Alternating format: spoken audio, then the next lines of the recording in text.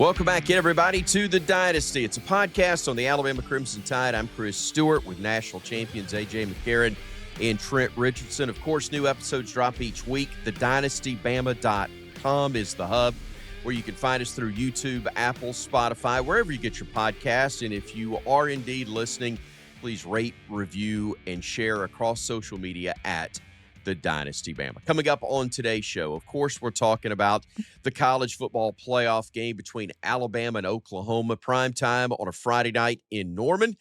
Along those lines, we're going to visit with former Sooners offensive lineman Gabe Ikard. He's going to give us the Oklahoma perspective on the matchup. We're also going to look at the rest of the weekend's playoff games to give our final thoughts on what Alabama has to do in advance. Gentlemen, we're also going to start off talking about the thing that I believe for all of us has been a given for a while, but the statement released over the weekend from Kalen DeBoer that he and his family are very happy in Tuscaloosa, grateful for all the administrative support they've gotten.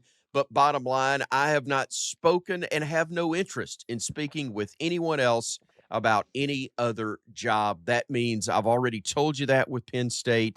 I'm telling you now with Michigan. I'm going to tell you that for whatever else comes open. A little history lesson for you boys. The last guy, I need you guys to think, the last guy that left Alabama on his own and was successful. Kirby Smart. Head coach. That don't count. Kirby Smart. Yeah. Wow. I'll let you take that up with Nick. The last head coach left, there ain't one. Yeah. Everyone either retired, they left, or they left and got fired at the next job, or they got fired at Alabama. So, again, you can't leave the family. Not exactly that, but no, Kalen DeBoer happy where he is. And I think right now, guys, Bama fans very happy that he is their head coach as well. Yeah. I mean, listen, I said this, and I like Damian Harris a lot. But I was hoping you're going to go there. I was really hoping you were going to go there. Let's hear it. My guy was, we did a CBS show and said that DeBoer, he thinks this game decides DeBoer's future. I just couldn't agree. Listen, there were other guys that passed this job up that didn't want the pressure of following Coach Saban, right? The so-called GOAT of college football from a coaching standpoint. And this is a guy that, based off not just money, of course, money it means a lot when you're in this profession and contract, but he wanted that pressure. He wasn't afraid of it. He took it. When other dudes said, nah, I don't want that. I'm good where I'm at. I don't want to go to Alabama and the pressure of having to win a national championship and be successful and then follow Coach Saban. This is a dude that raised his hand and said, I'll take it. Let me have a shot at it. I think that means a lot. I think there's a lot of people that respect that about Coach DeBoer. And listen, he's done an excellent job. Has it been perfect? No. That's a part of the journey. It's part of the process, right? Yeah. I think Alabama fans need to remember that sometimes. It's not about the result and being result-oriented like Coach Saban used to always say. It's about the process it takes to get that end result that you want. Trust the process. Trust what he's doing. And I'm happy for Coach. And I think he's going to be awesome for now on and far into the future. Trent, what you got on that? I agree. I'm just glad, Coach DeBoer can put this stuff to the rest. Like, can we put it to rest? Like, everybody keep bringing his name up for every job. Hell, they were just bringing Nick Saban's name up for every job a couple weeks ago. You know what I'm saying? So it's like, how can we just keep putting these guys' name out there? And they're happy where they at. He's been successful. Ain't like he had a losing season. And so it's like, man, come on, y'all. Come on. I get it. We're reaching a little too far now. Like, So, are we trying to get the Bama fans mad at them or something? Like, what are we doing? here's where it comes from. You guys have been on shows. We've been doing this podcast for the entire football season now. But I've done 4 hours of talk radio before. Okay. You know what that means? You got to fill 4 hours every day. And there is stuff. It only takes one guy saying it or one outlet saying it now. And you go, reports are out there and people start taking it and talking about it. Yeah. Again, they don't even have to say, I believe it. But you get it out there and then you go, well, if he were to, now who's next? Well, now you've built up a show. And look, I got a ton of respect for the fact that in this industry, since I was a teenager, Paul Feinbaum has built a career off of, yes, some real journalism, but also a lot of people calling and just saying stuff. There's some legitimacy to Paul on the journalism side, but that got him in the door. And then he's also, I mean, if you logged the number of minutes that Paul actually has to talk on some shows, it's just from people calling and saying things or him having people on that may have reported stuff. Again, I ain't criticizing. I'm just saying that's the reality of how that works. And now that we got social media, you don't even have to have a broadcast outlet. You don't have to be affiliated with anything. It just has to go out there. And, man, people are taking it as if it's gospel. He's a Jerry Springer of radio. I mean, it's Jerry Springer, how he was to talk shows on TV. And, I mean, it's the same deal. I mean, Chris, you made a great point. Like, him talking is very little in his shows compared to it's the outside that make his shows, right? So, yeah. So, I was going to say, what was his name? Howard Stern?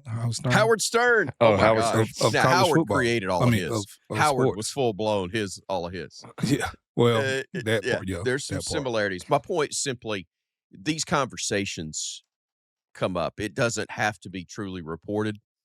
You just have to say somebody said, and that's where a lot of the things come And then from. the other thing is, in this day and age, you know, a lot of this bad information is started by these agents as well. Look, I mean, smoke screen. Yeah. I mean, they're trying to get new contracts or get their guys extended. Like, you don't think they have reporters on speed dial to be like, hey, I'll throw you something under the table. Just spread this out there so I can get my guy a new contract.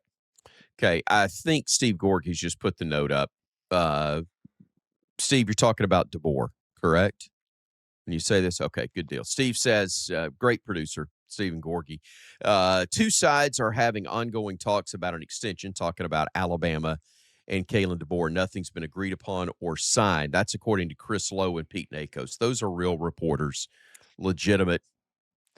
What did media. I tell you? I just said it. I mean, a lot of this comes from within, like the agents. Look at the agents.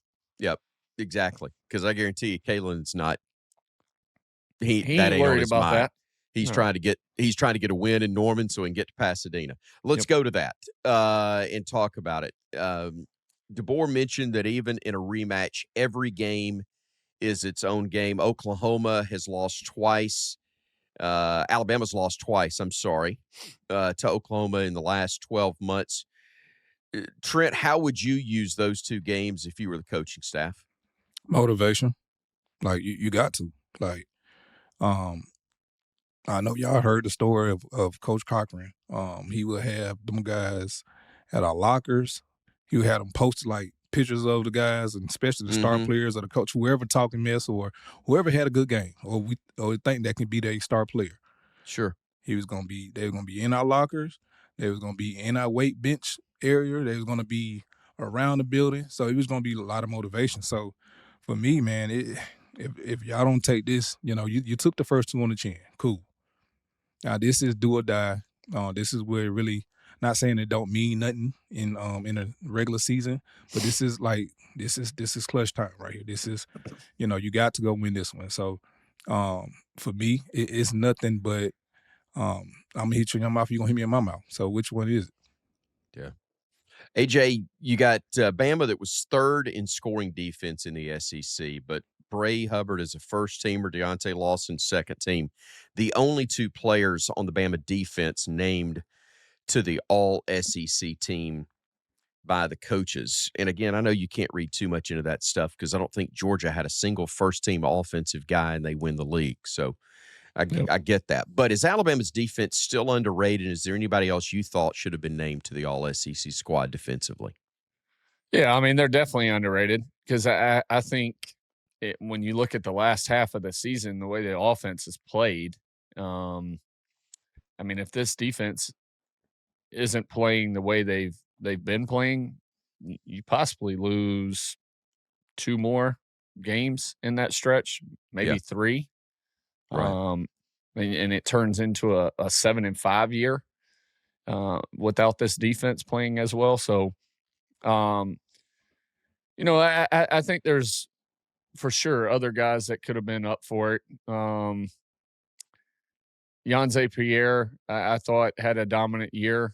And I don't know how many guys or, how many people had him on a list to be one of those pass rushers that kind of stepped up for Alabama this year.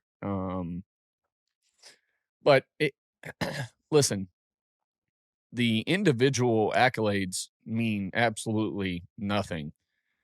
Coach Saban used to always say this, like, I don't care if we have one All-American, but guess what? If we win as a team, everybody's going to get an opportunity to play at the next level because the next level loves winners. Right. And they want guys that have won that come and instill that into their program and help build that with their teams, right? And teach other guys how to work and the work it takes to be successful. So the individual side's great. It's an honor. It's awesome. But you want to win as a team. It takes a team to win. So listen, if they just go out and play as a team, it really doesn't matter. Go win the ball game and everybody will get everything you possibly want as a next opportunity. Trent, the first meeting, the Alabama defense held John Mateer to his lowest passing total of the season. It was only 138 yards. They also held Isaiah Satania to just 4 catches for 26 yards, his lowest output since week 1. That's their top threat. What did Alabama do so well to contain Oklahoma's passing attack in the first meeting, and can you replicate that again? Yeah, I mean, I definitely think they can. They brought pressure. They, Pierre was flying around. With Jefferson, he was playing pretty good. My guy Bray, he was doing this thing. Putting pressure on that quarterback and controlling that offensive line, controlling the line of scrimmage on both ends. But definitely, the defensive line stepped up big time. And so when you're able to send 4 or send 3 and you can drop people back in coverage, I mean it's always going to be a plus. And so even with that, we did a good job on special teams. Far as putting them in places to where they had to make long drives, putting them back into their end zone. So I think if we keep doing that stuff like that, and it's gonna have to be all 3 phases. But I think on defense, you keep John contained, make him try to beat you with his arm, and keep pushing pressure on him. And I think we're gonna have a good game, and I think Bama would if we don't have the turnover, if we win a turnover battle, I think we come out on top. AJ, Bama's a team that would love to have this into more of a track meet. Can they win a slugfest, though? I mean, Oklahoma's only averaged about 21 points a game in the last 7 games since Mateer came back from the injury. They've only scored 28 once. More than 28 once. That was against Tennessee.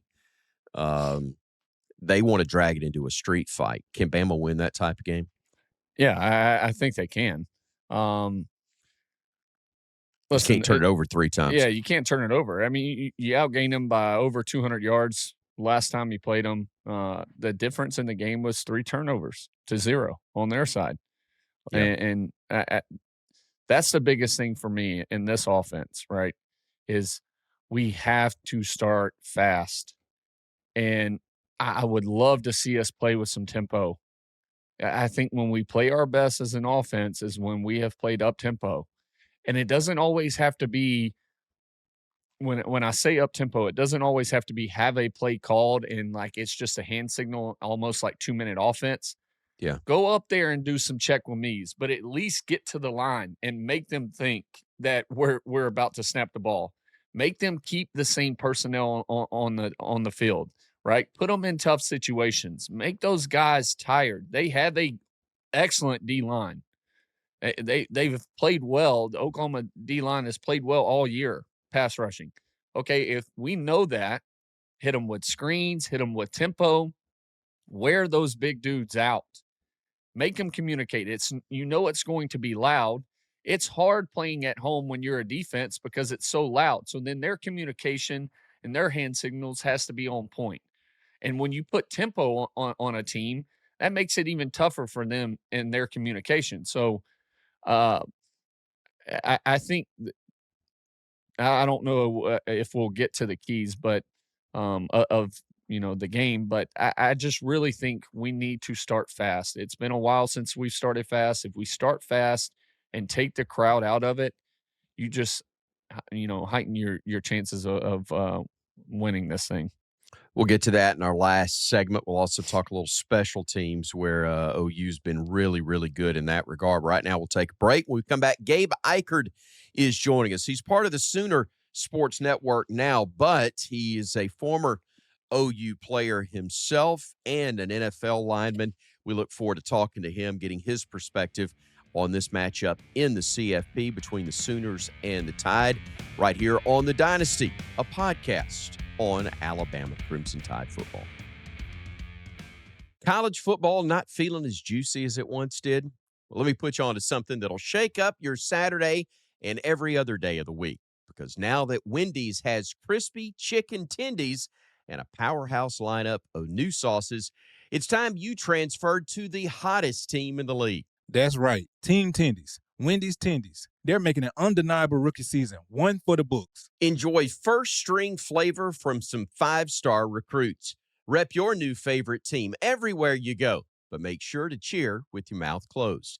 Take it to the end zone of savory sauces like honey barbecue, creamy ranch, and the new Wendy's signature sauce to experience a total taste bud blitz of flavor. It's time to join a team that won't upset you with an upset. Taste the phenom that's gracing the gridiron with its juicy, crispy, and tendery tendencies. Don't fumble the bag. Commit to Team Tendies and call the most delicious plays in the playbook. All right, huddle up. Tendies on 3. Tendies on 3. 1, 2, 3. Tendies. Let's do this. Wendy's Chicken Tendies, now at participating U.S. Wendy's. Home remodeling shouldn't be stressful. At West Shore Home, it doesn't have to be. By using cutting-edge technology from real-time scheduling to precision scan-to-plan measurements, they make your remodel fast, easy, and convenient. Learn more at westshorebath.com. Whether it's a tub-to-shower conversion, walk-in tub installation, full bathroom remodel, new windows, an entry or patio door, or even full house flooring, hundreds of thousands of homeowners have trusted West Shore Home with their projects. Why? Because they only use teams of highly trained employee installers, never subcontractors. This ensures a consistent, world-class experience every time. And right now, when you buy a full bath remodel, you'll get a second shower absolutely free. Plus, flexible financing options make it even easier to get started. Learn more at westshorebath.com, and you can have someone out as early as tomorrow. That's westshorebath.com for a buy one, get one savings from West Shore Home. Welcome back to the Dynasty, a podcast on the Alabama Crimson Tide. Find us on the social platforms at thedynastybama.com, and also hope you'll rate and review at the Dynasty Bama. Great to have with us special guest, as you can see. He's the one in the Oklahoma gear. He is the former All-American for the Sooners, then an NFL offensive lineman as well. Gabe Ikard, kind enough to join us, part of the Sooner Sports Network. Now, Gabe, thanks for the time. Appreciate it so much. And we were talking off air. You guys are kind of like us. Yeah, we're excited to be in the playoff. Two great programs, but dang it, we're tired of seeing y'all. And even though you've had the upper hand, probably tired of seeing us too. It's nearly 3 times in a calendar year, boys. Yeah. So these teams, these programs are starting to get very familiar with each other, which is a lot of fun for OU fans. But it is funny seeing a portion of the fan base go, oh, Bama, we couldn't have had Notre Dame. We couldn't have had Miami. It's like, guys, we get to play Bama in the college football playoff. Why are you complaining? But it's funny how quickly things change once you become a member of the SEC and you start playing these big-time programs that we used to only play in the biggest games imaginable when we were in the Big 12. So I get the sense that both fan bases would have probably preferred to play someone else, but here we are. And it's two of the most prestigious programs in the history of the sport, the bluest of the blue bloods. And it's going to be a lot of fun. And I love that it's that standalone Friday night game. Entire country going to be watching, and it's a fun rematch. And I think that's one of the most interesting parts about the matchup is what type of adjustments do we see from Kalen DeBoer? What type of adjustments do we see from Brent Venables? So while it may not have as much sizzle as some people want it to have, I think it's still going to be a great game, boys. AJ, hit him up first. Yeah, for me, what do you need to see out of John Mateer in this game? We were talking about it on our show earlier. I thought Mateer before the injury was playing probably as good, if not better, than anybody in the SEC from the QB position. Since he's come back from that UCL injury, I don't know if you could say the same, whether it's, and I've had that injury, whether it's the grip on the football or playing with that little plate on the back of his thumb, it messes with you and from a mental standpoint. But I mean, what do you think you need to see, or this OU team needs to see out of him for this game to go the way they want? This may sound strange because OU has found a formula to win games, and that is lean on the defense, lean on Tate Sandell, the Lou Groza Award winner, and just have the offense not mess it up. Like that's kind of been the formula, especially in the month of November. But I would like to see John Mateer be more aggressive with the football, AJ. Because, and I know that the Sooners have had this break to get as healthy as possible and maybe to identify some things they really think they do at a high level offensively. But this just has not been an offense over the last couple of months that has put together a bunch of 10, 12, 14 play drives and gone and scored touchdowns. You know what I mean? Yeah. One thing I would like to see from Mateer is we got two guys that are, I think, high-level playmakers on this offense. That's Isaiah Satania and Deion Burks. Yep. 5 and 4. I would like to see Mateer, when those guys get their one-on-ones, to give those guys more chances to go make plays. Yeah. Because there are a lot of instances over the last month of the season where they finally do get some man coverage and those guys have their one-on-ones and the ball just doesn't come their way. Now, they're not running by guys by 2 or 3 steps, AJ, but you got to give your best playmakers chances to go make plays when they have those matchups, and you're not going to have a ton of them. Yep. You look at the first matchup between these teams, I've watched it a lot over the last couple weeks. A lot of deep zone coverage, staying on top of everything from Bama's secondary. Now they pick and choose their spots where they bring some pressure and they play some man coverage in the back end. When they do that, Mateer has to identify that at a high level and get the ball to Burks and Satania. Let those guys go make plays for you, and OU will need to have some explosive plays in this game because Bama's going to have some, man. They're too talented at the quarterback and wide receiver position to not. Yeah. But that's what I would like to see from Mateer, is to give Satania and Burks some more chances pushing it down the field, which he's been a little reluctant to do since returning from the injury. I think he's got to give those guys some more chances to go make plays and produce some explosive plays for the Sooners offense in this matchup. Yeah, that's kind of what we said earlier. Is that was one of my keys, to the game for us to be successful. Is I think both offenses have struggled to sustain drives, and I think because of that, you're seeing a lot more. When you look at the Georgia, the SEC championship game, I thought Georgia played a ton more coverage until late in the game when they started mixing in some man. But they said, hey, listen, we're going to make you sustain drives. You're struggling to run the football.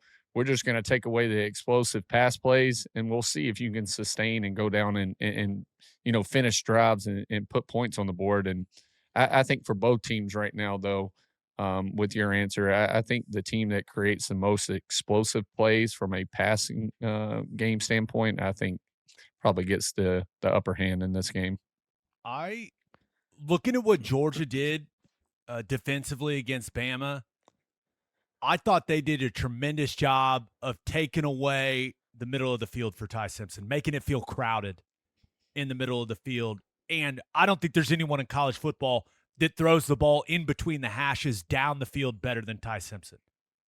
I think he's been really, really good with that. But with the lack of a run game, I thought Georgia was able to say, hey, if you want to run it, go ahead. Run it. And in their zone drops, they did a really nice job of making things muddy in the middle of the field for all those deep dig routes, all those follow kind of over routes that Bama implements in Grubb's system. And, he throws the pick on that one where he's trying to force it into the middle of the field and make a play. And Georgia did a great job of saying, hey, take the check down. Take it. We're giving it to you. Yep. Make the boring play. And Simpson, to his credit, and the way that I understand how that offense is built by Grubb and DeBoer, like, hey, he's looking long to short. He's trying to make plays down the field. And Georgia said, we're not giving you the plays down the field. Take the short stuff. And I thought that was a very smart strategy. And then when they got him in those third and long, those second and long situations, Kirby Smart can dial up the pressure, man. Yeah. I mean, he had some great designs. He had some great disguises where they just fooled Bama's offensive line, who continues to struggle when it comes to picking up pressure, and the running backs may be the worst part of the entire thing. Your guys' running back situation and pass protection is no bueno, boys. But it's going to be interesting on Friday night to see how aggressive Brent Venables wants to be. You just saw Georgia have success playing a lot of coverage. Now, of course, they brought pressure and sped Simpson up a little bit, and they hit him a lot in some of those situations. But I wonder how aggressive Venables is going to be, because if you're bringing pressure, then you're opening yourself up to the explosive play if they're able to pick it up and Simpson's able to deliver an accurate ball to Horton, Williams, Bernard. Like, they got dudes at wide receiver. Everyone knows that. So it's going to be an interesting chess match between Grubb and DeBoer and Venables when it comes to the strategy of how they approach this game. So that's one of the things I'm really excited to see, what OU's defensive game plan looks like, especially early in this game. Yep. Staying on the defensive side, one of my favorite positions, actually my favorite, because it's the first position I ever played, was the defensive end. Well, in my day, they call it rusher, right? But big ass pit bull and pee wee football. At that time, I wasn't so big, AJ. It was my first year of football. I don't believe that for a second. Your ass. I mean, I was stocky. Don't get me wrong. I was stocky. Don't get me wrong. Child showed up at birth, and they went, "It's a man." They went, does that other team have James Harrison on their team? What is this? What is that? But what's crazy is we sitting there talking about that. I know y'all got a guy over there named Mason Thomas. Haven't played since November the 1st, but he still leads the team in sacks. If he's available. I know Coach ain't said nothing about him. About his injury, what his status is he going to be able to return? But if he is available, what do you expect out of him? And will he be the same, coming back off that injury? I hope so, Trent. I mean, I really do. The bottom line is our Mason Thomas is Oklahoma's best player. Mm-hmm. At either side of the ball. Like, he is our best player. And to the Sooners' credit, there has not been some big drop-off at the edge spot with his injury. Taylor Wine has played some really good football. PJ Adebayo has played some really good football. Marvin Jones Jr., maybe the most improved guy on the team, is kind of starting to realize some of his potential. He was a 5-star kid coming out of high school, and he's starting to put a lot of good snaps together. But I think our Mason Thomas is a horrible matchup for Caden Proctor. We've seen Proctor struggle with speed and bend on the outside. Like, that's been what's given him trouble throughout his career.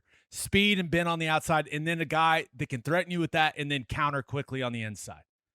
And if our Mason Thomas is close to 100%, I think he can give Proctor a lot of trouble. Now, will he be close to 100%? I don't know. He got hurt on a sack strip fumble return for a touchdown against Tennessee, and we haven't seen him since. Yeah. And it's hard to imagine. And it was a quad injury. And at that point, when he suffered the injury, it seemed like the timetable was 6 weeks or so. Well, we're past that point. I think he's going to give it a go personally, and I haven't talked to anyone over there. I don't ask about injuries because I think that puts people in bad spots over in the facility. So I kind of leave that alone. But just knowing our Mason, being, part of this broadcast team his entire career, he's the guy that desperately is going to want to play in this game. If he looks like himself, that's a huge boost for Oklahoma because, and it goes back to what I said about Venable's strategy, his mentality coming to this game. If you've got our Mason Thomas, you don't have to bring as much pressure to make Ty Simpson uncomfortable. Because the number one goal when you're playing Bama right now is you got to make Ty Simpson uncomfortable in the pocket. Yep. If he's comfortable and he's got time, that dude is going to shred you. Yeah. It's been proven. He's going to go through progressions. He's going to deliver accurate throws, and they're going to produce in the passing game. If our Mason Thomas is there, that allows you to rush forward out. They utilize a lot of twist games, things like that. But if you have your best pass rusher coming off the edge, that changes the math for you and how you approach bringing pressure against this Bama offense. So I think he'll play. I just don't know how effective he will be. But he does have a natural kind of gravity to him. If he's out there on the field, Bama's going to have a plan for him. And even if the plan is as simple as, hey, we're going to take the 3-man slide to our Mason Thomas's side, that allows the two defensive linemen on the other side to have one-on-ones. And so can they use him effectively, maybe to create one-on-ones for the other defensive linemen? That's, once again, kind of the chess game going on here. But there's no doubt Oklahoma's defense is better with our Mason Thomas on the field.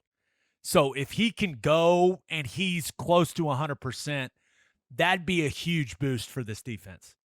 AJ, got time for one more quick one if you want to. Yeah, last one for me is what you get 3 keys to this game for OU to be successful. What are those 3 keys? Number one, and I know Trent's going to love this, be the more physical team. There's a lot of things that go into that, right? Battle at the line of scrimmage, producing turnovers, like just out hitting your opponent. Football is a simple game when you boil it down. Are you more violent? Are you more physical than your opponent? Typically, if you're out there playing like Trent Richardson, things are going to go your way, right? So that's got to, I thought they were the more physical, more violent team in the first matchup, even though I know they got outgained by a lot, but they produced turnovers because of their physicality in that game. Now, the offensive line for Oklahoma, like they got to turn it up. They got to play at a higher level and be a more physical group altogether to get the outcome they want in this game. So number one is just be more violent and more physical. Number two is make Bama's offense one-dimensional. This cannot be the game where Jam Miller finds it, you know? It can't be the game where Daniel Hill finds it. That you have to continue to put all the pressure on Ty Simpson. He's got to feel like he's got to go win him the game again, like he's probably felt for the last, 2 months? Yeah.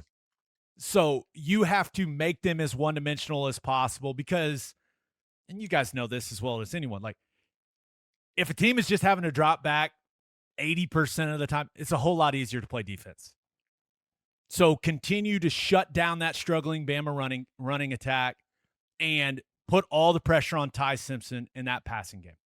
I think that's huge. And then the third one's really boring, boys, but it's just the truth. It was the difference in the first matchup, maybe. OU's got to win special teams.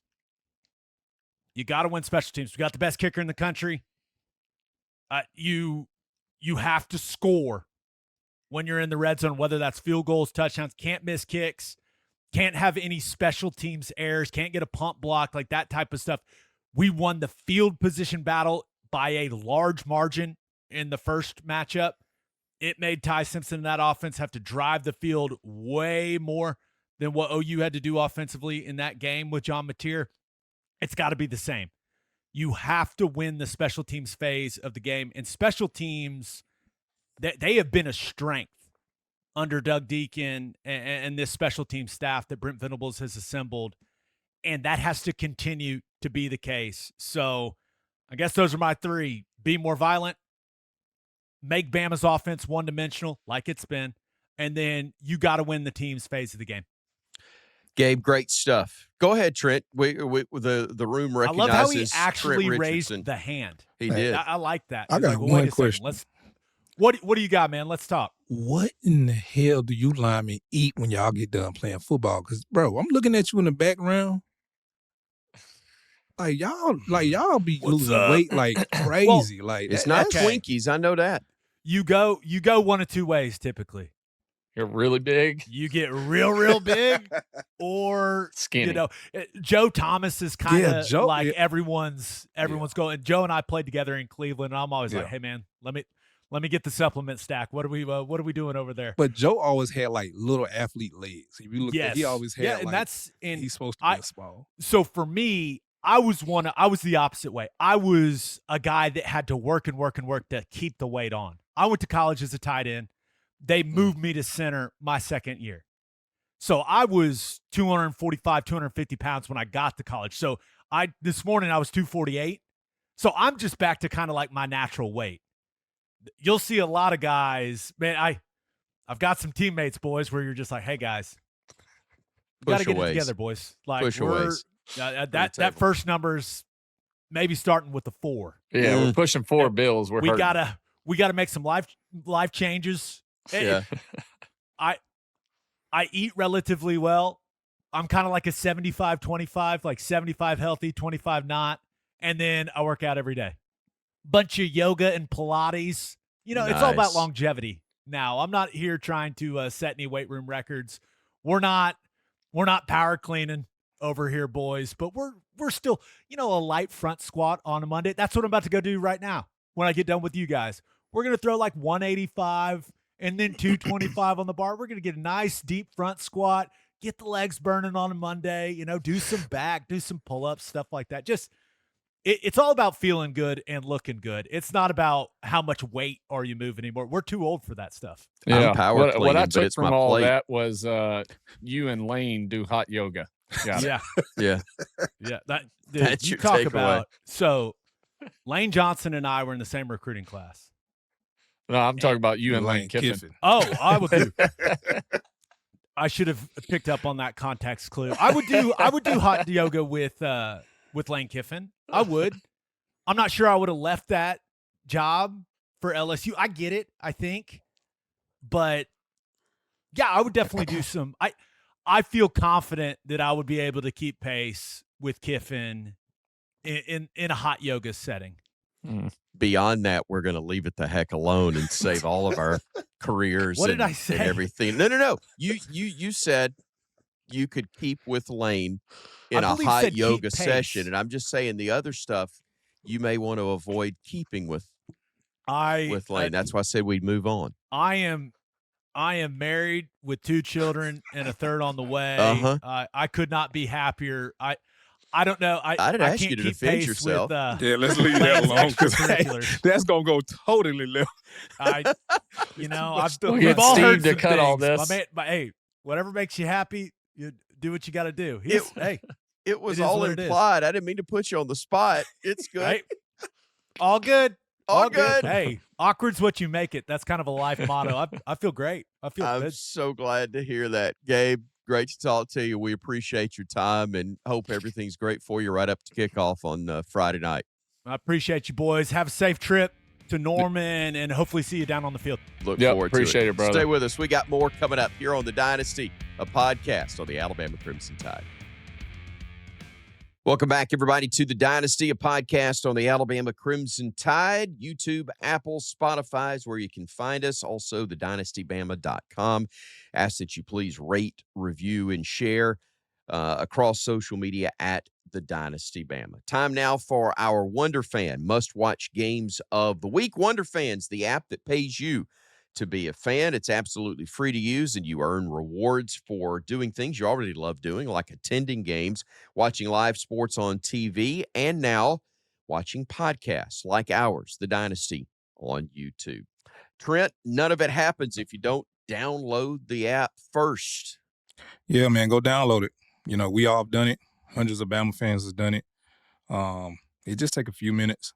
And listen, it's nothing better than watching Bama getting paid to be a fan. So that's a good way to do it.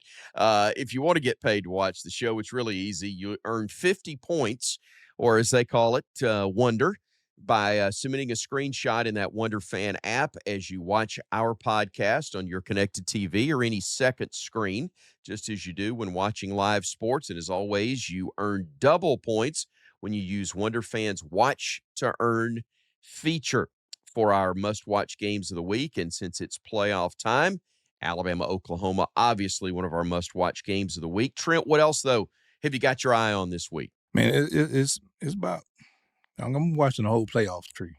You got Miami at Texas and A&M.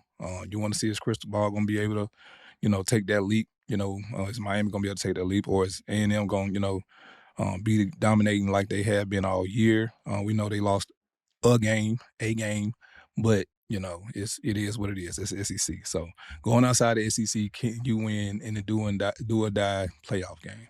Tulane at Ole Miss is 1-2, man. Oh yeah, I think that one's going to be for the world to see how the offense, in the defense, but definitely the offense and how the team, what's the morale of the team right now, how they've been keeping up, and can they take the next step? Can they win without Lane? That's going to be the question. Yeah, Pete Golding's first as the new head coach of the Rebels. And look, I know that it's a 5-12 matchup, but in basketball, those are always dangerous in the NCAA tournament. Is that JMU-Oregon matchup dangerous in your eyes? No. But it's not. I can't even fake it. But I'll tell you what. Let's see, can Oregon stay sharp, look good as always. I definitely think it's going to be the battle of the uniforms. I mean, I don't know. Oregon just gotta, be Oregon and, don't get big headed about the game and, come out and play like it is do or die for them too. So let JMU come in there and get a couple plays and you be looking crazy and you get down early. So but I don't think they got enough. I think, Oregon will come out and do their thing. I know Dan Lannon, he's got that Coach Saban in him. He got that pedigree. So the week that he, sent them through, to us, it was hell week because we had to go right back to camp practices when we played smaller teams. Gotcha. All right. So again, you earn double points when you use WonderFan's Watch to Earn feature for any of our must-watch games of the week. That's all 4 college football playoff games. Best part, you get to redeem those points for things you actually want, like memorabilia, gear, gift cards to some of your favorite restaurants and retailers. What you going with, Trent? You got a bunch of options there on the gift card department. I tell you what, man. I'm kind of hungry, and these guys eat a lot. So we're going to go Chipotle for my crew. We definitely going to, hit that up and do our thing. It's right up the street. I got you. If you're ready to start getting paid to be a fan, if you're hungry, then visit wonderfan.com or search for WonderFan in the Apple or Android store to download. That's bigger than being hungry. You hungry. That's WUNDERFAN, WonderFan, where it pays to be a fan. All right, we're going to bring AJ back in. I don't know if he's hungry or not, but we're going to get additional games that we're going to talk about here. Miami and Texas A&M. You weren't ready for that one, were you? No. You weren't ready for that. All right. 2 very different ends to the season. After losing to SMU back in November, Miami won its last 4 games by an average of almost 28 per game. A&M had to rally against South Carolina, beat Samford easily, and then lost to Texas for the second year in a row. What are you looking for in that one? Yeah, I mean, the biggest thing, can Marcel Reed, get back to taking care of the football. He's had this bug. I mean, South Carolina game, it's when it really started. He had a really bad first half in that game, and then didn't play great in the Texas game either. So can this Texas A&M offense and Marcel Reed put it back together? And then on the Miami side, listen, I think Miami's one of the best all-around teams from a D-line, O-line standpoint. And this time of the year, if you can dominate up front, you're going to win some ball games. They have enough playmakers on both sides from a out wide standpoint, secondary standpoint, to go make plays and stop big explosive plays on the defensive side. So that's the major concern if I'm an A&M fan for me, is this Miami front on both sides of the ball. Can you slow them down, because they are some of the best in the country? How about you, Trent? What are you seeing? Well, my biggest question is going to be for this game, and I mean, any one of y'all can answer. Like, who is the more pressure on, Cristobal or is it A&M right now? Far as yeah, got to get win, or there's going to be some phone calls made. Yeah, I don't know if, I mean, Elko just signed an extension. He's A&M's not under any pressure. Cristobal, they're thrilled. Yeah, they're excited with him. And what I mean by pressure, because I know he signed a loan. I know he just got an extension. Yeah, Like, do he I just paid you this now? Yeah, you gotta go. Yeah. I think the more concern is probably towards the Miami side, because if you go out and lay an egg, then you're going to catch hell from everybody saying, well, Notre Dame should have been in it. Notre Dame was playing better, blah, blah, blah. So there's a lot of comparison talk that'll be a part of that scenario if they go out and lay an egg. But, I mean, Cristobal's also got to take the next step. Listen, he got him to the playoffs. All right, that's one step, but I'm sure all the hype that's been around the team, what they paid Carson Beck in NIL in the offseason before rev share took effect, right? Having the playmakers, what little baby Jesus they call him, out wide, who's one of the best in the country from a receiver spot, making plays. Um, I think with the team you have this year, you're set up to go and win. You got to make it happen now. All right. Tulane and Ole Miss. What are you expecting from the Rebels? And are they a legit title contender without Lane? Yeah, I'll tell you. I think so. I'll tell you, I think they've got as good a chance as they did, but I thought Lane would have screwed it up, even if he'd stayed, just because he'd have gotten too cute at some point on something. We've talked about it before. It's typical. He can't get out of. They would have won games, I think, but he can't get out of his own way. I don't know what they're going to be with Pete Golding and the chaos that Lane has created with his departure. But Trent, what are you expecting from them?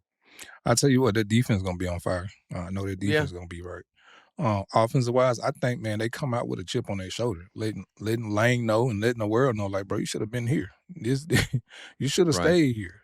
Do I think Lane had a chance to win it this year? I think this was the year before, leaving to sit there and say that, I can win the big games and I can win a national championship, because he had built this team up, this program up for 6 years, and I think he's going to get over that hump as far as, at least winning a playoff game. Winning a big game in the playoff, or getting to the finals. So I think he was he could have made it at least that far. I ain't saying he could have won it, but it was an opportunity. And I think you put Lane in a situation like that, and you try to go play for him, is no better play caller. I mean, other than Stark right now in college football. Yeah, I agree with Trent. From a sense of, I think this team's flying around. I think they're going to be playing with a chip on their shoulder. I don't think they take Tulane, even though they beat them, 45-10 or 17, something like that earlier in the year. I don't think they come out and lay an egg this game. I think they're flying around, playing with their hair on fire. I think the passion they have for Pete and the excitement when he was named the head coach, from the videos that got leaked inside the team meeting, I think speaks volumes for what the players and the rest of the coaching staff and how they feel about Pete. And the most interesting part of this, because you got Charlie Weiss back. He's been calling plays all year, so I don't know if the offense skips a beat from that aspect. It's more of the game management side of things that's going to be interesting for me, from a clock management standpoint, knowing when to take timeouts, everything that involves the head coach that Lane has been doing all year. Pete hasn't, and now Pete has to be D coordinator and team manager at the same time. How does that affect him and his role? Are they on their P's and Q's when it comes to management of the game? So that's the interesting side for me. But I think the team comes out. I don't think they skip a beat. I think they play with their hair on fire, and they put a big win up. guys, real quick. We don't want to spend much time because you've already shared your thoughts on Oregon, James Madison. But I'll go, what if this is a one-possession game going into the fourth quarter? How do you think Oregon manages that? I think they win. Or is that the whole thing for JMU? Keep it close to the end? Oh, you got to, because, and listen, there's so much talk around there shouldn't be two group of fives teams in it. I'm one of those. I just don't see it. So I think if you're Oregon, you got to go out and handle business. Dante Moore, the quarterback's playing extremely well. He's been on fire lately.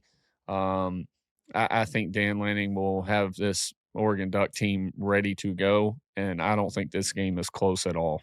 But it'll be fun and interesting, and the talks of adding more group of 5 teams and not keeping them out. That's all the talk's going to be if they do make it close. Yeah. Trent, anything more than what you'd said earlier? I agree. And when you think about Oregon and you think about Dan Lannon, like he set that team up like it's an SEC team. So the size difference, like the speed in Oregon, you're going to have a lot of speed over there too, right? But Yeah. the size difference, it's going to be two completely different body of works. Like it's going to be, it's almost going to, I don't want to down the team, but if it's a stay close game, I still see Oregon pulling it off. I just don't.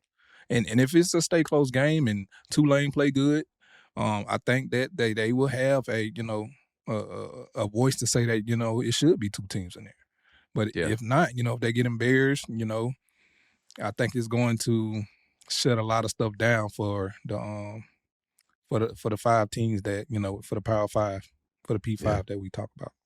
Few minutes we got left, guys. Let's spend it all on Alabama, Oklahoma.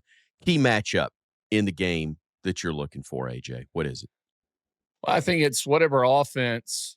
I think this thing comes down to the offense that can create the most explosive plays. It's 2 offenses that have really struggled to create explosive plays the last half of the year. 2 offenses that have not been playing well up front as a whole. So that's the biggest key for me is I think whoever wins this game is the offense that can create the most explosive plays or sustain drives better, because both of them have struggled to sustain drives. And I think both of these defenses are playing extremely well. So that's the most interesting matchup and factor in this game. Trent, how about for you? Man, I wrote down 5 on them. Protect the ball, no big turnovers, balance the offense, having meaningful runs to complement their throwing game. Define meaningful.